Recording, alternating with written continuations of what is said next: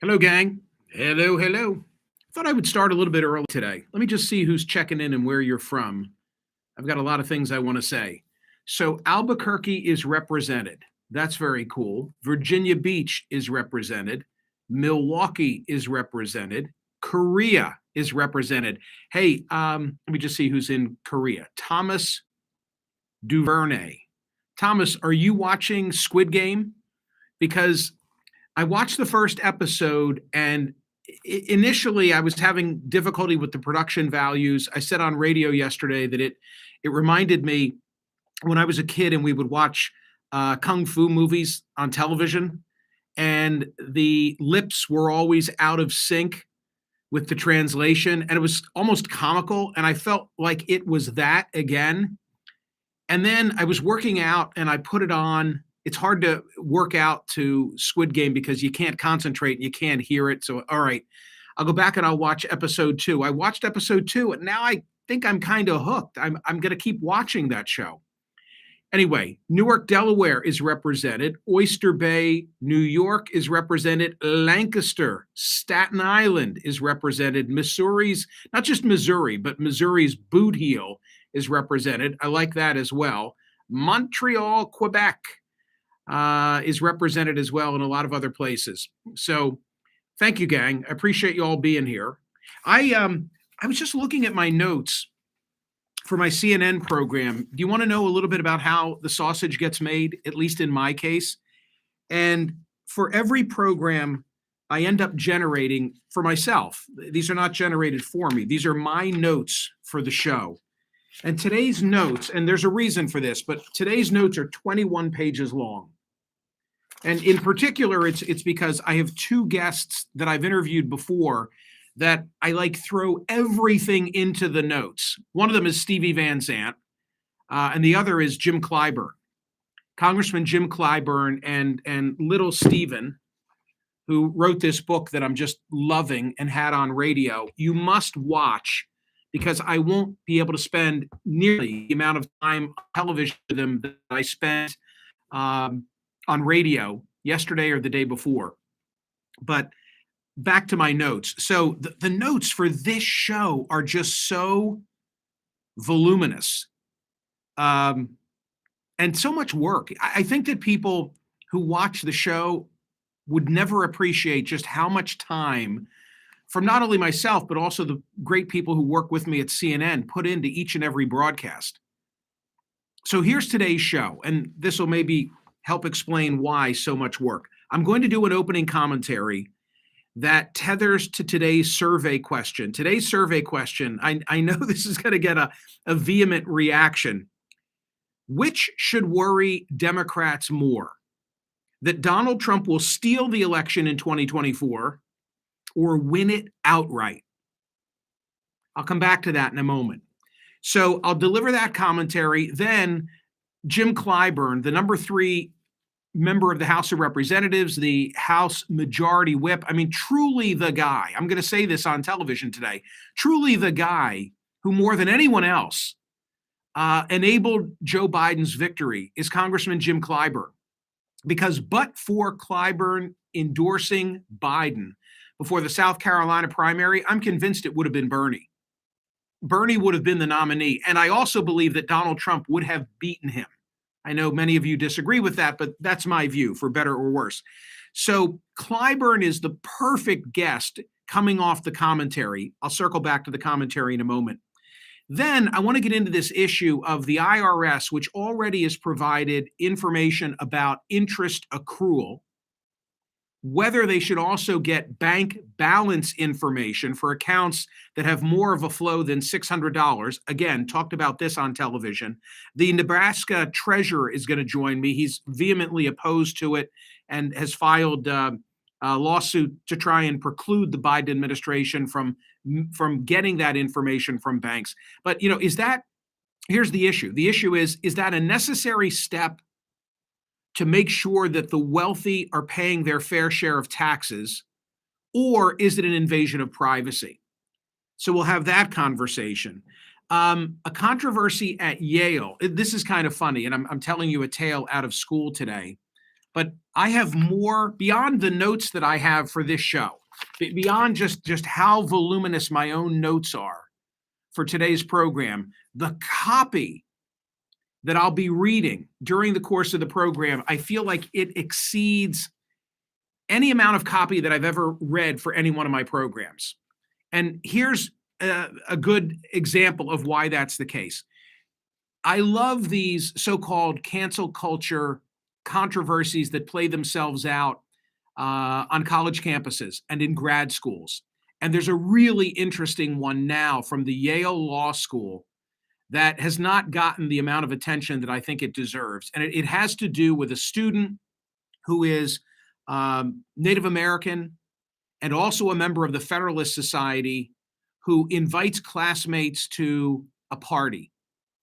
And by virtue of inviting the classmates to the party and what is said in the invitation becomes embroiled in controversy, is brought in by the campus intelligentsia. It's actually the diversity officer and associate dean, and he is strongly encouraged to apologize to his classmates.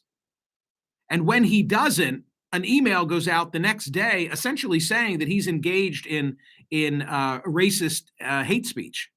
Let me explain it better on television. But the point is, it's one of these stories where if you're going to do it on TV, you've got to lay it out in very specific detail. Tell the whole story so that nobody can say you played favorites in your setup. So that is a big part of today's program. And then I already mentioned Stevie Van Zandt. So Jim Clyburn, the IRS banking case, the Yale Law School controversy, and Little Steven. That's my show today, with the opening to be a commentary where I'm going to make this case. I'm going to make the case that Democrats are worried, and rightfully so, that Donald Trump might steal the 2024 election. And I'll run through the reasons why they should be concerned. And the reasons why they should be concerned, most notably, are what we now know about what happened in the last go-round. Not just that a bunch of knuckleheads, broke through the doors of the Capitol and put their feet up on the desk of Nancy Pelosi and the guy with the horns and so on and so forth. And I'm not minimizing what they did. Anyone who breached the Capitol, I distinguish between those who were aggressive with law enforcement and breached the Capitol, and those who maybe were down at the monument with no intent to do violence. Throw the book at those who broke into the Capitol, I say, okay? Hope I'm making that clear. But when they got into the Capitol, they had no clue what they were going to do. Seriously, watch them. They wander around the hallway. They chant things that suggest they view themselves as Washington's soldiers storming the Hessians in Trenton, New Jersey. They were none of that, but that's how they viewed themselves. But you can't look at them in a vacuum. You've got to look at their actions in the context of what we now know was going on at the Trump White House. 5 things that I'm going to talk about. One was that there were moves afoot on the ground in Pennsylvania, Michigan, Arizona, Georgia, to challenge the election results. So that was like step 1. Step 2, you had Trump getting advice from a lawyer as to how he could play a role in blocking the certification process. Then you had Trump leaning on the Justice Department. This is maybe the most troublesome. Leaning on the Justice Department to send out a letter that would have given credence to the efforts to challenge the vote in Georgia, which I analogize to Nixon saying to the CIA, tell the FBI this Watergate business is something that concerns you, hoping that they would back off. Then you've got, we know this from Woodward and Costa, we've got Trump relying on the Eastman legal memo, suggesting that Mike Pence can play more of a role than just be a bean counter on January 6th, the day that the Electoral College vote is supposed to be certified.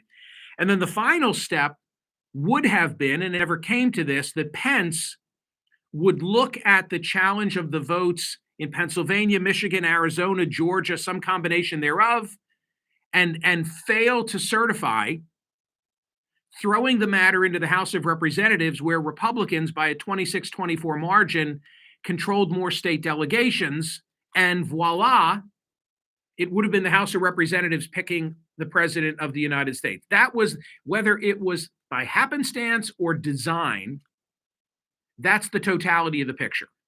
So where now Trump is still out there, look at his comments just this week, talking continually about the steal, the steal, the steal.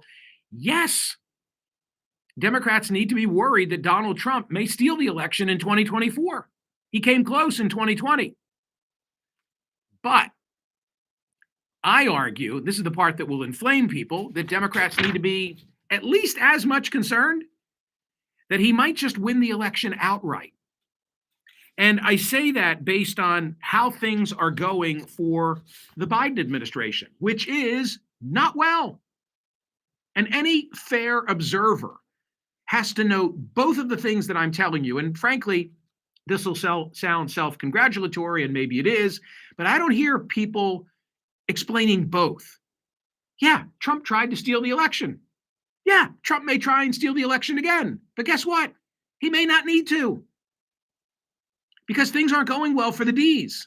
And how much of this is, well, it's happening on their watch, but it's not their fault? We can have that conversation. But, Biden himself says the buck stops here.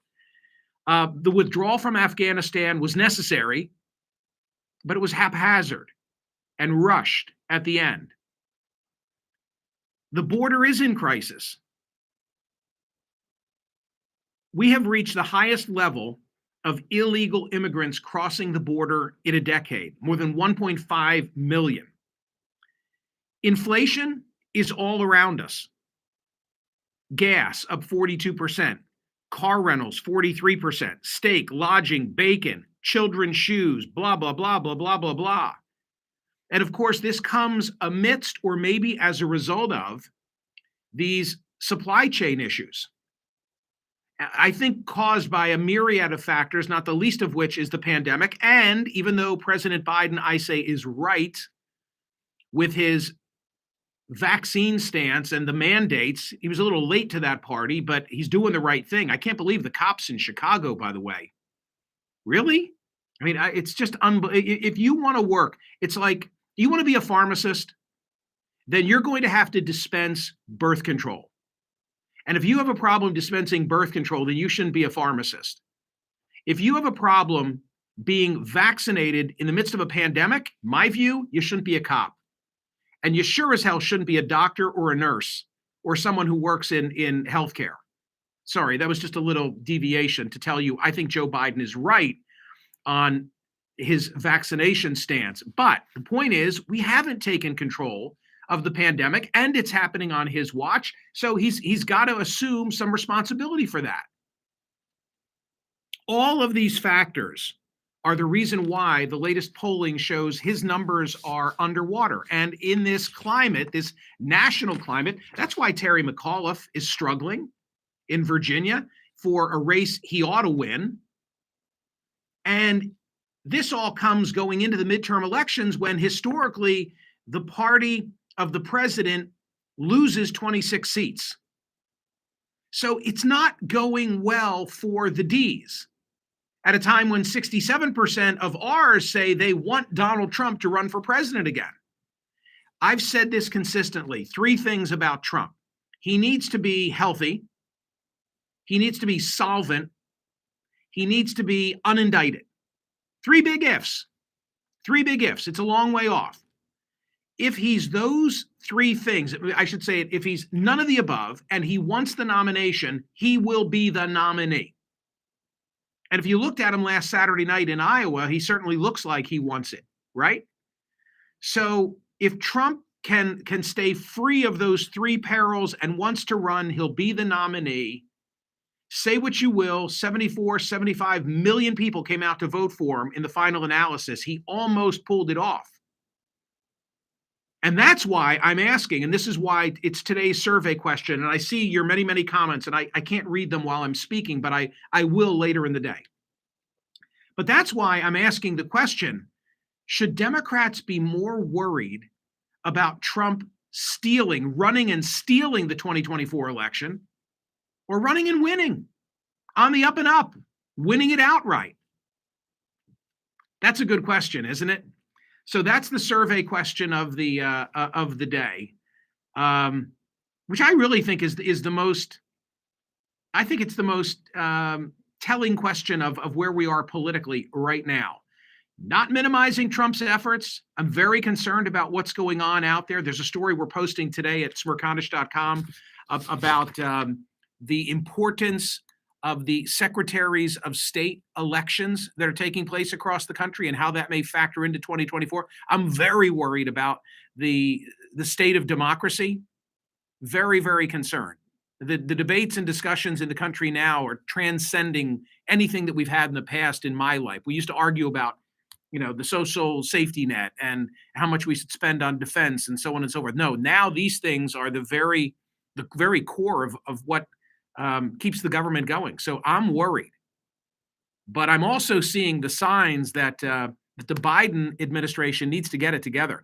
And maybe this will change this week, this one point that I'm going to make, but the inability of progressives it's the progressives in the party to allow Joe Biden to claim a victory on the $1.2 trillion infrastructure deal is just bad politics. Bad politics. But again, I have to blame Biden for not herding those cats and getting them in the same room and getting a deal done. I think that'll probably get resolved within the next week. I think they'll probably get the 1.2 and something less than 3.5. So truly, and here's my closing line. Here's my closing line, although I think I'm going to rewrite it. It's not enough for Joe Biden to not be Donald Trump. Actually, I kind of like it like that. It's not enough for Joe Biden to not be Donald Trump. Okay, that's why he got elected in the end, in my view. I'm not taking away anything from the president, but it's not that there was this groundswell for Biden. That's not reality. What there was a referendum on Donald Trump. In the same way that in 2016, there was a referendum on Hillary Clinton. That's my view. Trump didn't so much beat her. There was a referendum on Hillary and she lost. Biden didn't so much beat him. There was a referendum on Trump and he lost. And I guess what I'm saying is if there were a referendum on Biden right now, I think he'd lose. What do you think of that? Huh? Perhaps Biden is a placeholder for Harris in 2024. You give me all these facts that I just laid out for you, Trump beats her. At this time, Nick, that's my answer to that. He beats her. He beats her. What can she lay claim to? What can she lay claim to 9-10 months into this administration? Responsibility for the border? Really? How's that going? No, I don't see it. I don't see it. But anyway, this is just one moment in time, right? Just one moment in time. Which should worry Democrats more? That Donald Trump will steal the election in 2024 or win it outright? I'll bet we'll have big voting on that question today. And yes, of course, there'll be many. I can't believe you're even asking that question, which only delights me and causes me to want to ask more. All right, ladies and gentlemen, there are two in particular fabulous YouTube videos right here on my channel. Please subscribe, ring the bell. I don't even know what that means, but someone told me to say, ring the bell, ring the bell. If you can find a bell, ring it.